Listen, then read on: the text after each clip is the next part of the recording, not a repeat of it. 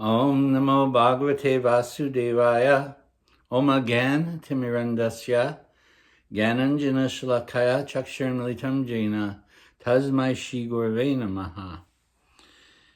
Reading from chapter 10 of the first canto of the Srimad Bhagavatam, which is entitled Krishna Leaves Hastinapur.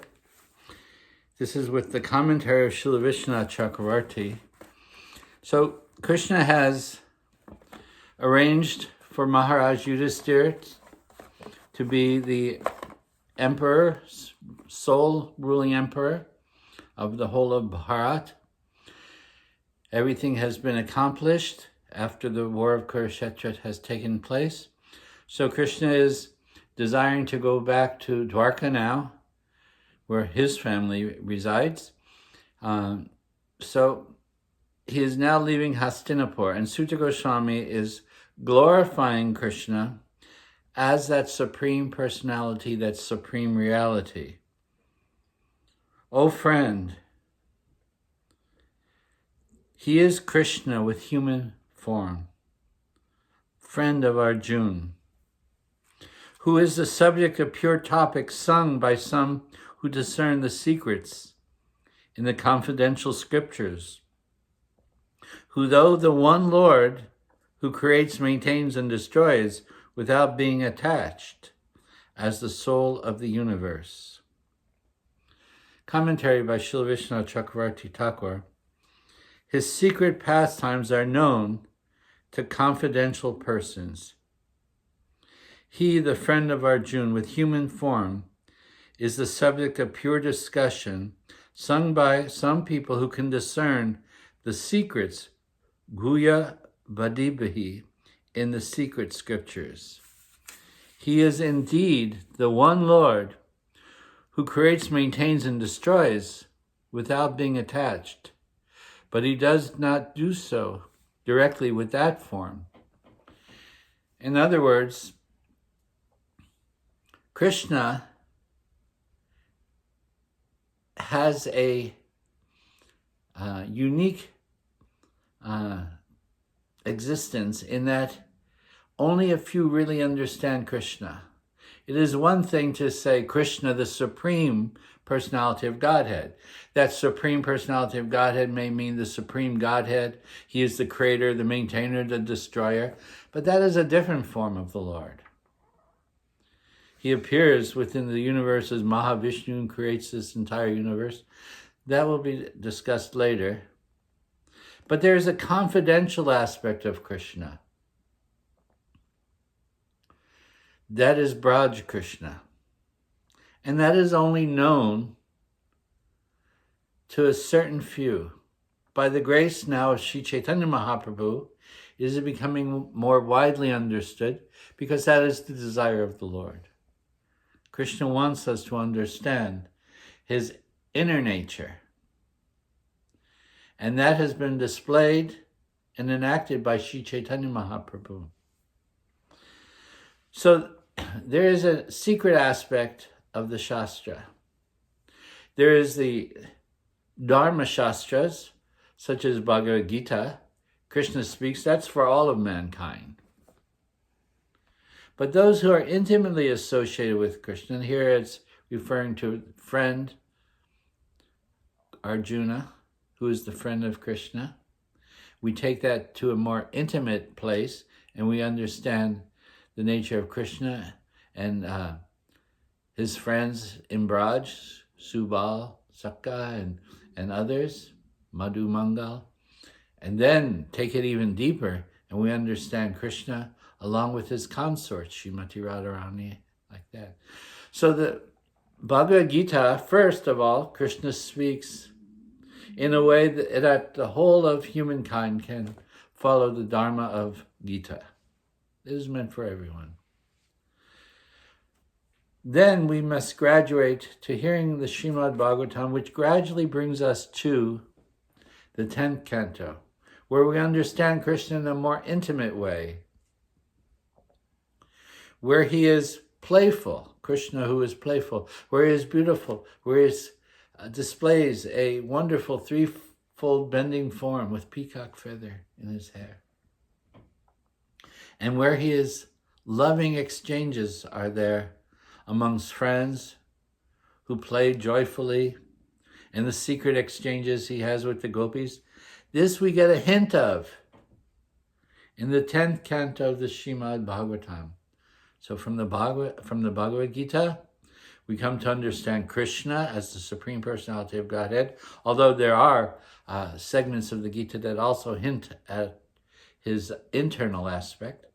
But the Srimad Bhagavatam develops that little more, till we get to the 10th canto.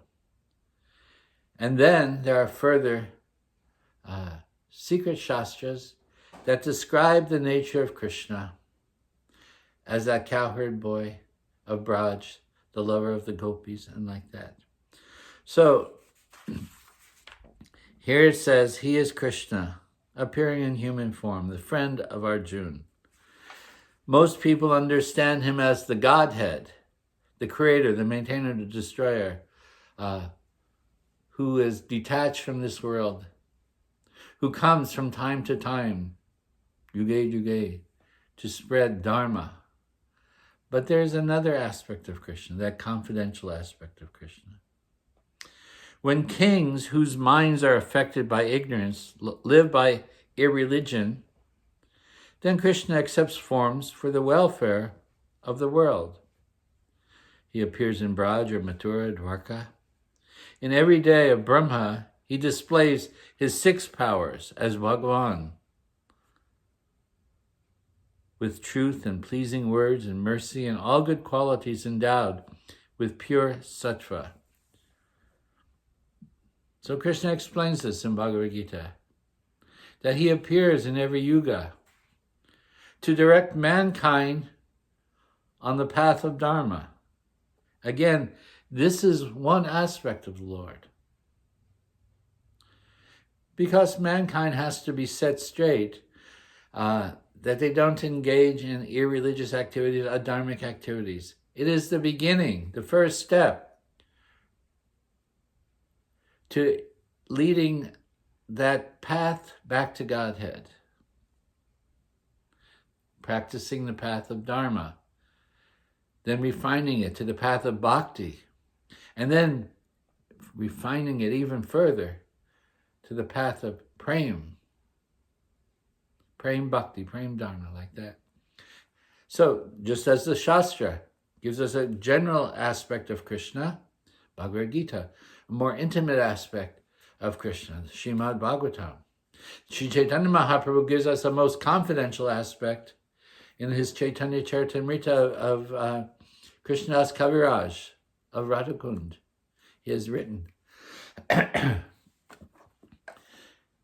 And our Goswamis have further developed the thoughts of Krishna within, or the subject matter, through their thoughts or meditations, by which they perceive the reality of Krishna as the lover of the gopis, the friends of the cowherd boys, like this. All intimately explained. But it's a progression that one has to make. It begins with Krishna, Shri Bhagavan Uvacha. That Supreme Personality of Godhead said. But then Krishna is intimately known further and further as we progress with the clarification of our heart, or purification of our heart. Therefore, Sri Chaitanya Mahaprabhu, by his mercy, Chaito Darpana Marjana, has given us the holy name, along with the associates of his own Sampradaya, starting with Rupa Goswami and others, that give us the opportunity to enter into the intimacy of Radha Krishna Prem. O most praiseworthy in the family of Yadu, most purifying in Mathura Mandala, which Krishna, the best of men, the Lord of auspiciousness, respects by taking birth there, moving about and performing various pastimes. Here, there's discussion about the recipients and the place of the Lord's appearance. Though the excellence of both recipients and place is accomplished by saying that both are praiseworthy, a separate statement is made about the purity of the area around Mathura, found here within the second line of this verse. Since the place is well known for its purifying powers. As Krishna is extraordinary, so is his Dham, Braj Dham. Has the power of purifying. The extreme nature of this purity is expressed by Alam. Can this be so? An expression of what? Can this be so? Which expresses disbelief. Furthermore, the word aho expresses great astonishment. Oh, really? Aho, he has appeared in this most intimate way in Braj Dham, and the power of that place is such. The power of his name is such. The power of those shastras which describe him as such. They purify the heart and lead us on the path back home to Braj Dham, the place where the most intimate pastimes of the Lord take place. Not with great reverence, but with the joy of intimacy, loving exchange. Krishna and Mathura, or Vrindavan. By the use of the present tense, they indicate that the birth and the activities are eternal. Their intention can be understood by comparing the first statement, describing the pastime of creation, in a past tense. But by the vision of the sages, Braj Dham is always in the present tense. In other words, Krishna is never outside of Braj. Whether we can see him or not see him, Krishna is always present within his eternal Dham. Therefore, he leaves, that is his mercy upon us. He leaves Vrindavan here for us to experience, to go to that place where his intimate pastimes have taken place, so that we can do such things as bathe in the Jamuna, do parikrama of the Govardhan, bathe in Radhakund. All these things are so purifying. So Krishna has given us these gifts, and those gifts are given to us through the medium of his devotees. Otherwise, we don't know about these things. They're hidden. Guyam means hidden. These are hidden truths. But how do we come to know about them? Through the mercy of his devotees. They reveal this truth. So here, the commentary is describing the wonderful nature of Krishna in his most intimate aspect. Oh, Dwarka derides the fame of Swarga.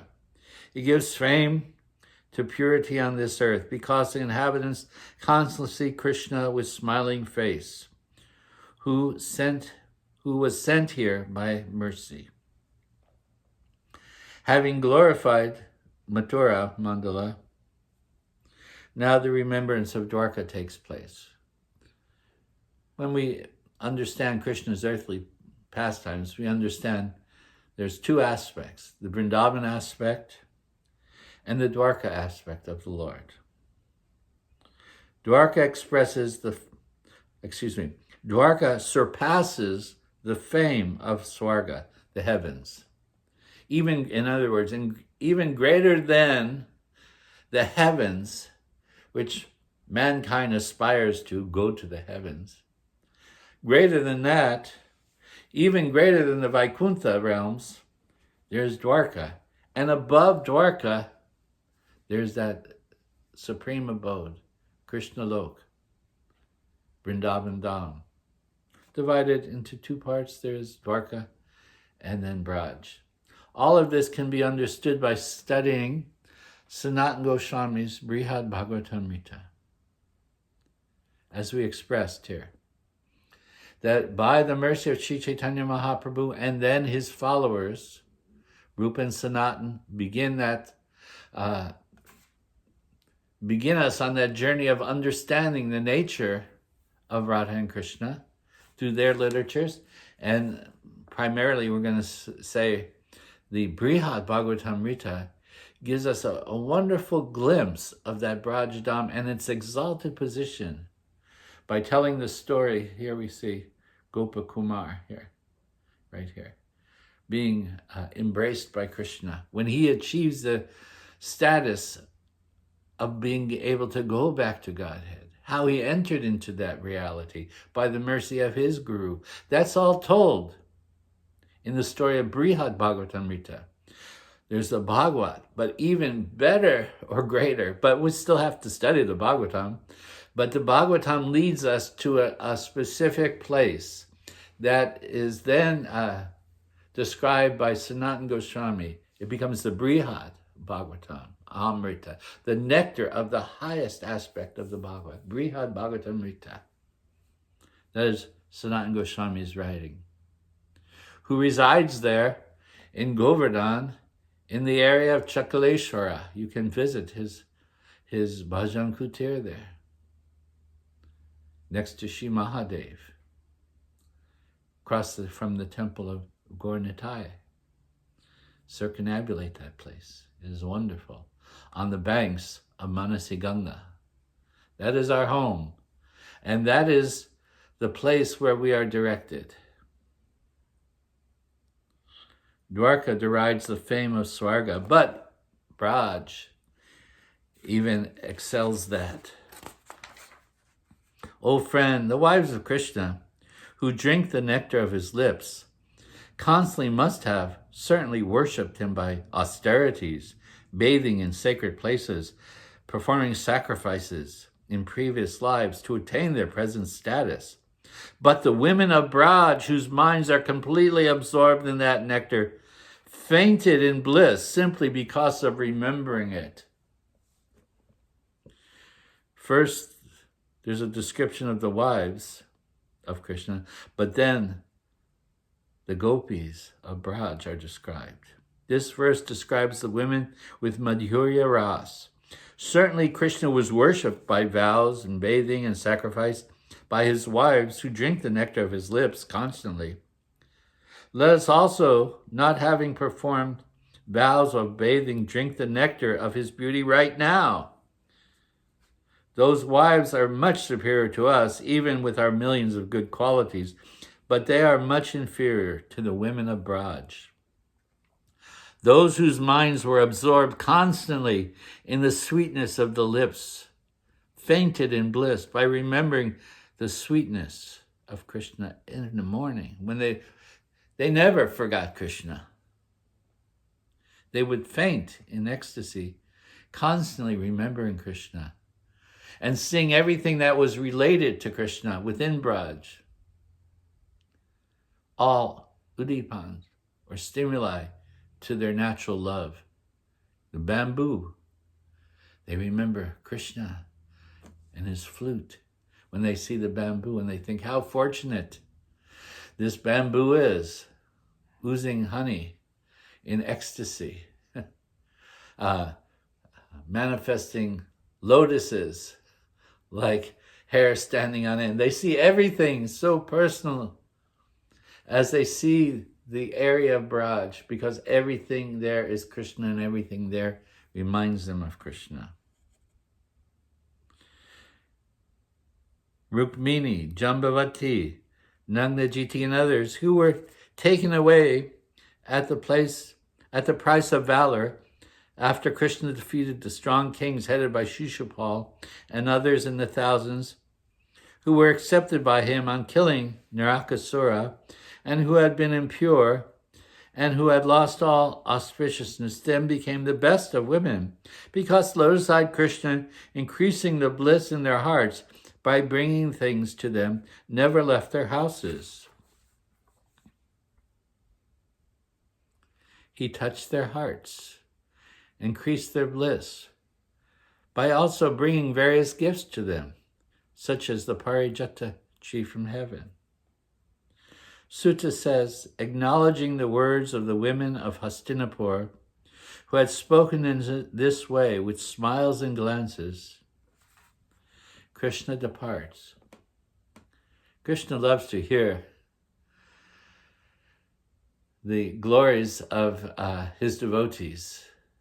So the women of Hastinapur, as Krishna was leaving, are describing the glories of Krishna, not simply as the creator, but as the lover of his devotees, expressing that loving sentiment of Krishna in Dwarka, how he's constantly with his wives, living in all the palaces, each experiencing Krishna individually. And Krishna brings them gifts of love, just like one may give someone one loves some flowers or something like that. Krishna brings a whole parijata tree from the heavens. But then they also reflect upon the wonderful love of Krishna, even greater than that of the women of Dwarka, is that of Krishna in Braj. That they are constantly absorbed. Even in their separation, they can never forget Krishna. In this way, the ladies speak as Krishna leaves Hastinapur. With smiles and glances, Krishna departed. Yudhishthira, worried about enemies, out of affection engaged in army for the protection of Krishna. Natural for the Kshatriya to bring Krishna, to protect Krishna with an entourage as he's leaving the place. Leaving the Pandavas, who were most affectionate, who were afflicted by separation, and who had accompanied him for a long way, Krishna then went to Dwarka. O son of Bhrigu, passing through the provinces of Kuru, Jangala, Panchala, Surasena, on the banks of the Jamuna River, Brahmavarta, Kurukshetra, Matsya, Saraswat, and the deserts and the arid regions, and then Sovira and Abhira, the Lord arrives at Anarta with slightly tired horses. At all those places along the way, devotees offered gifts to the Lord. He then arrives at Dwarka in the afternoon when the sun entered the western ocean. These were the different places Krishna saw as they traveled from Hastinapur to Dwarka. And thus ends the commentary of the 10th chapter of the first canto of the Bhagavatam for the pleasure of the devotees in accordance with the previous acharyas. Thus ends chapter 10. Krishna leaves Hastinapur for Dwarka. Chapter 11 opens up with Krishna arrives at Dwarka. Jai Gaur Premanandi Haribol Shri Radhe Shyam.